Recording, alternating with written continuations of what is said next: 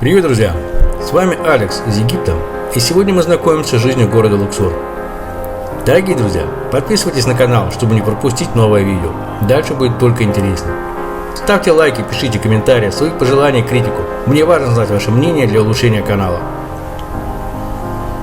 Мы ездили в Луксор из Хургады на экскурсию, причем уже после поездки в Каир. И меня поразило, конечно, насколько поездка в Луксор производит больше впечатления. Во-первых, ощущение, что переносишься куда-то несколько сотен, а то и тысяч лет назад. Тут как будто вообще ничего не поменялось. Какие-то дома без крыш, угол, который просто прикрывают соломой, и глинобитный пол. Все эти крестьяне, которые идут с вязанками тростника за спиной вдоль дороги, или едущие на мулах в какой-то раздолбанной телеге, изготовленной кустарным способом, или абориген, который на лодке, выдолбленный из ствола, плывет по Нилу, или поля, залитые водой. Во-вторых, Нил тут не такой, как в Каире. Там он огромный, полноводный, а тут это на вид он не очень большая речка, но очень зеленая по берегам. Если бы не Аусан, наверняка и крокодилы бы по-прежнему были те же, как в древние времена. Полное ощущение, что сейчас вылезет откуда-нибудь крокодильчик. Ну что и говорить, Луксор – это же древние Фивы. И все мы контурные карты в школе рисовали. И, конечно, Карнак тоже очень интересно. Особенно зал с колоннами. А еще в Карнаке смотришь на рисунки на стенах. Столько тысяч лет прошло, а краски все еще яркие. Любителям пляжного отдыха в Луксоре делать нечего. А вот тем, кто неровно дышит древней историей Египта, туда прямая дорога. Луксор расположен на месте древней столицы Египта, и поэтому там в изобилии встречаются памятники древности. Некоторые из них датируют в 21-16 веках до нашей эры.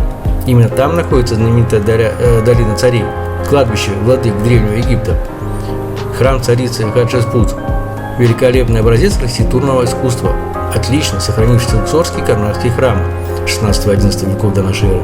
Они создавались, достраивались и перестраивались несколькими фараонами и соединены в единый комплекс.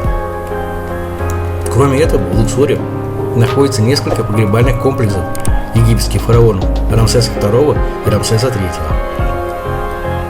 А еще в районе Луксора есть банановый остров, на который тоже возят туристов. Красивая природа банановой рощи, заросли сахарного тростника и отличные места для дайвинга в Ниле. Также в Луксоре есть музей мумификации, где собраны около 150 мумий людей, животных, рыб и крокодилов. А еще тут можно посмотреть на предметы для мумификации и так далее. Кстати, единственный музей мумификации в мире. Еще тут есть оазис Харга, самый крупный в западной части Египта. Оазис знаменит своими горячими серными источниками, которые оказывают полезное воздействие на здоровье человека. Ну еще тут есть некрополь Багават с его библейскими фресками 4-6 веков нашей эры. Еще в Луксоре есть множество мастерских по выделке металла, изготовке изделий из глины и камня.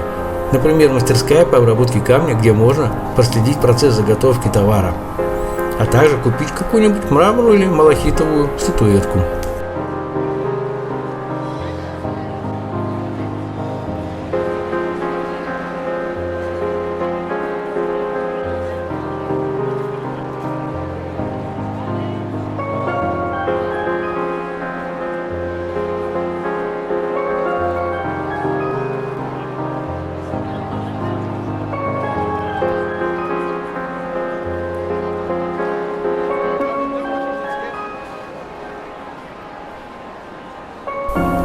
Итак, друзья, спасибо за просмотр. Не забываем подписываться, жать на колокольчик и ставить палец вверх.